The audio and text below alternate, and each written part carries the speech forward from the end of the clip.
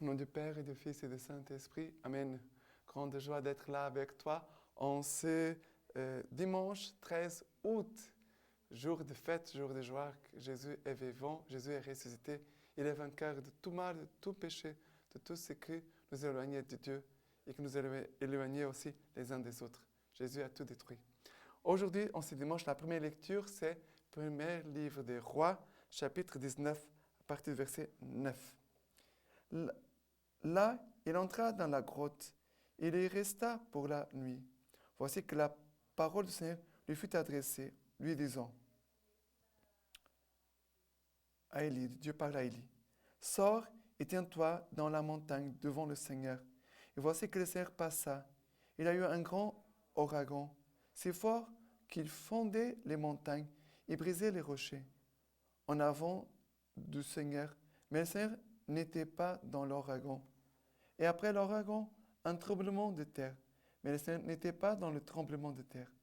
Et après le tremblement de terre, un feu. Mais le Seigneur n'était pas dans le feu. Et après le feu, le son d'un silence subtil.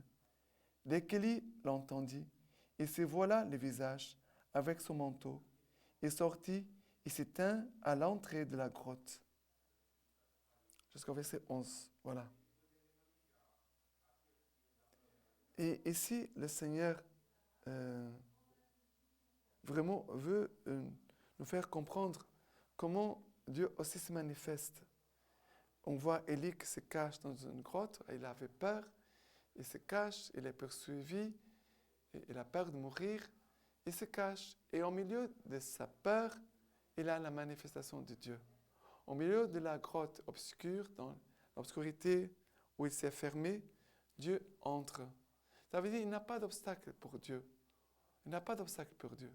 Et Dieu, il se manifeste où il veut, quand il veut, comme il veut. Et bien sûr que le Seigneur ici va dire à Élie, sors et tiens-toi dans la montagne devant le Seigneur. Sors de toi, sors de ce trou, sors et tiens-toi là devant le Seigneur. Mets-toi en présence du Seigneur. Sors de toi, oublie toi-même, mets-toi en présence du Seigneur. Voilà l'attitude que le Seigneur nous demande aujourd'hui. Et après, dit que le Seigneur passa. Il a l'ouragan, il a le tremblement de terre, il a l'ouragan, le tremblement de terre, le feu, mais le Seigneur n'était pas ni dans l'ouragan, ni dans le tremblement de terre, ni dans le feu. Car c'était des signes que dans le Saint-Testament, souvent Dieu se manifesta. Mais cette fois-ci, le Seigneur se manifeste comment? Dans le silence. Il dit qu'il n'était pas dans le tremblement de terre, mais c'est dans le silence que Dieu va se manifester. Ça veut dire que le Seigneur veut toujours nous surprendre. Et souvent, le Seigneur nous surprend parce qu'il vient d'une façon où nous n'attendons pas. Et le Seigneur nous surprend.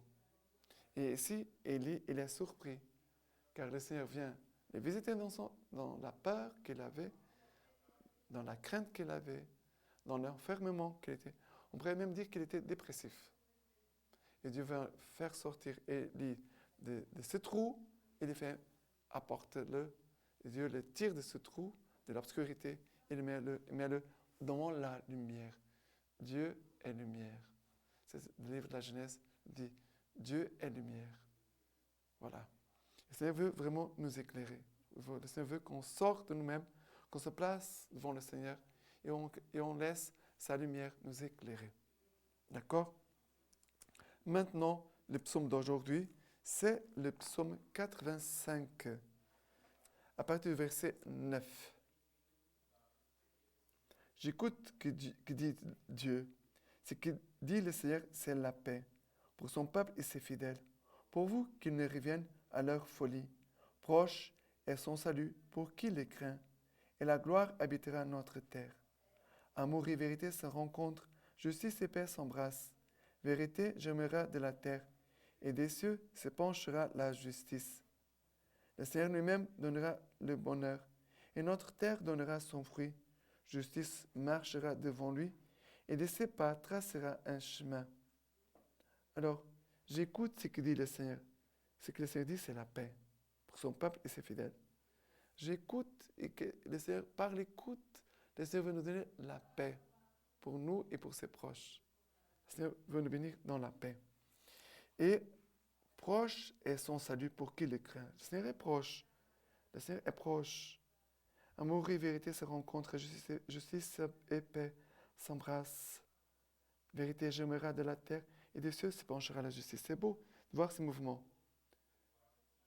La vérité germera de la terre, ça veut dire de ce que nous sommes. La terre, ce que nous sommes, le Seigneur veut faire germer la vérité.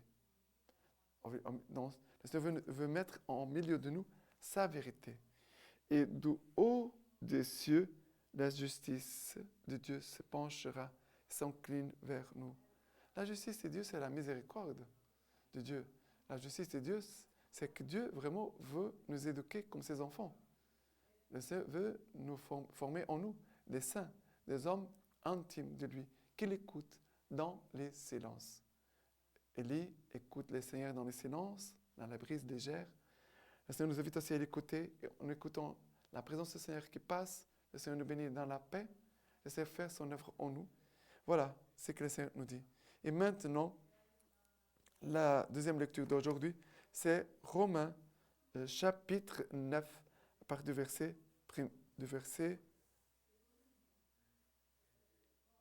Romains chapitre 9, à partir du verset 1. Pardon, on va ici, Romains chapitre 9, voilà, 9, premier verset. Je dis la vérité dans le Christ, je ne mens point. Ma conscience me rend témoignage dans l'Esprit Saint. J'éprouve une grande tristesse et une douleur incessante en mon cœur, car je souhaiterais d'être moi-même anathème, séparé du Christ, pour mes frères, ceux de ma race, selon la chair, eux qui sont israélites et qui appartiennent à l'adoption filiale.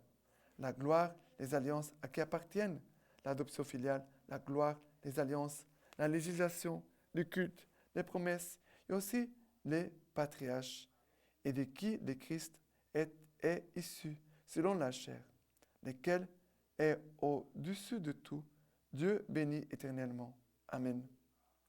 Non certes que la parole de Dieu est faillie, car tous les descendants d'Israël ne sont pas Israël. De même que pour être postérité d'Abraham, tous ne sont pas ses enfants, mais c'est par Isaac qu'une descendance portera ton nom. Ce qui signifie, ce ne sont pas les enfants de la chair qui sont enfants de Dieu. Seuls comptent comme postérité enfants de la promesse.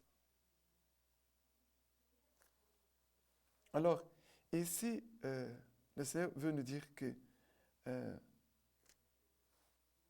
Saint Paul dit, ma conscience me rend témoignage dans l'Esprit Saint. Je dis la vérité, je ne mens point. La vérité.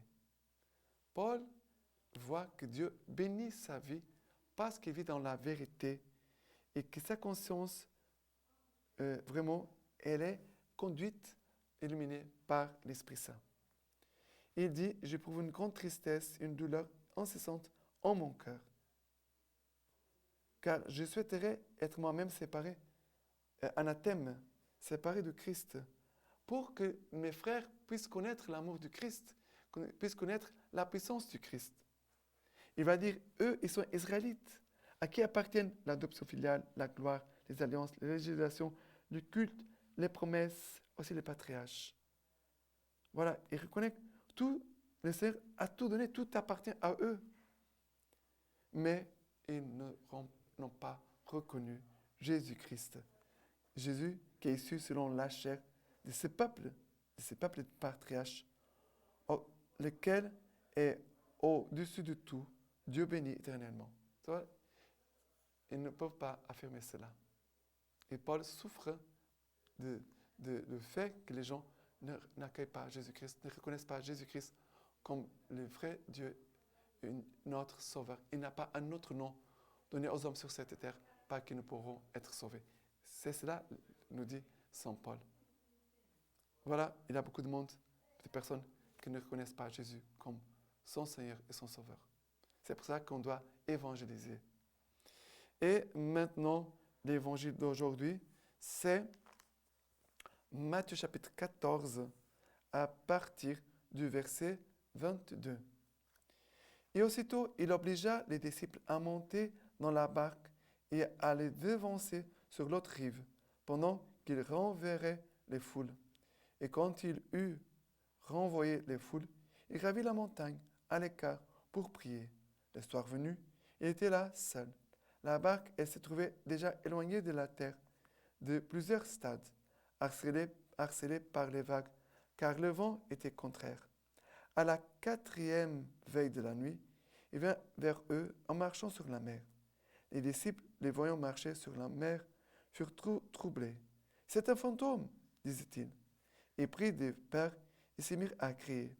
Mais aussitôt Jésus leur parla en disant, « Ayez confiance, c'est moi, soyez sans crainte. » Sur quoi Pierre lui répondit, « Seigneur, si c'est bien toi, donne-moi l'ordre de venir à toi sur les eaux. » « Viens, dit Jésus.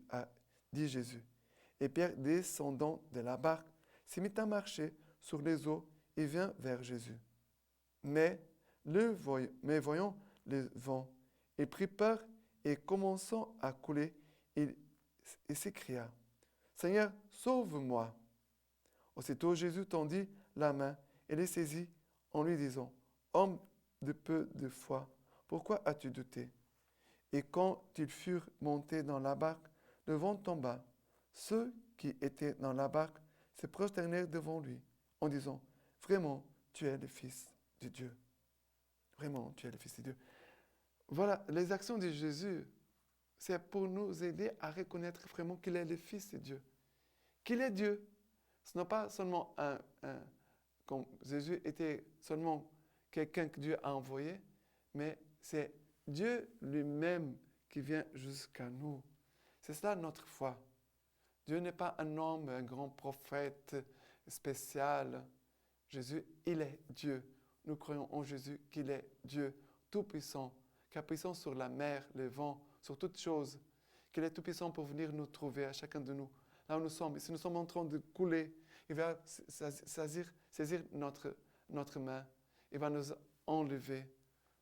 Le Seigneur, il est le Sauveur.